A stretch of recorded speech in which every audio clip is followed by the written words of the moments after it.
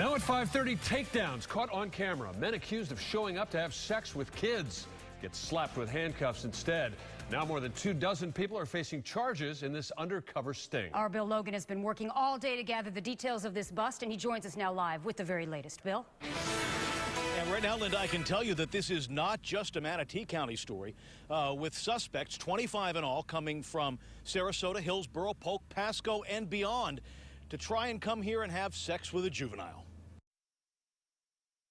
Operation Green Shepherd 3 was, in fact, the third such attempt to draw the offenders out of their web world and into the light. With detectives posing online as underage girls or boys, they returned messages from the men who wanted to hook up. Then over the past week, up to and including yesterday, they invited the guys to an undisclosed undercover house in Bradenton, where the suspects found they weren't meeting a juvenile, but the long arm of the law.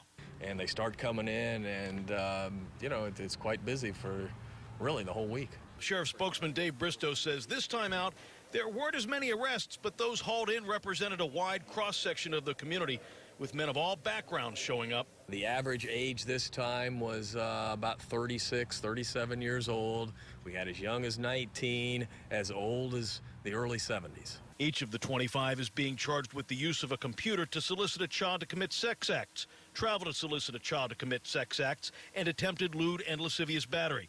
But it was clear to investigators that many of them were up for more illicit activity.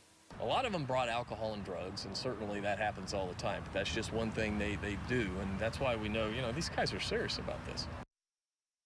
And the sheriff's department here says they are very serious about these sort of sting operations, and they're going to continue to engage in them, along with folks from other municipalities and other operations like the Bradenton local police or the police in St. Petersburg or Tampa. They say that this is the sort of thing that helps keep these guys off the street. And while the numbers may have been down a little bit this time, they say there's a couple of reasons for that. Number one, people are getting the message.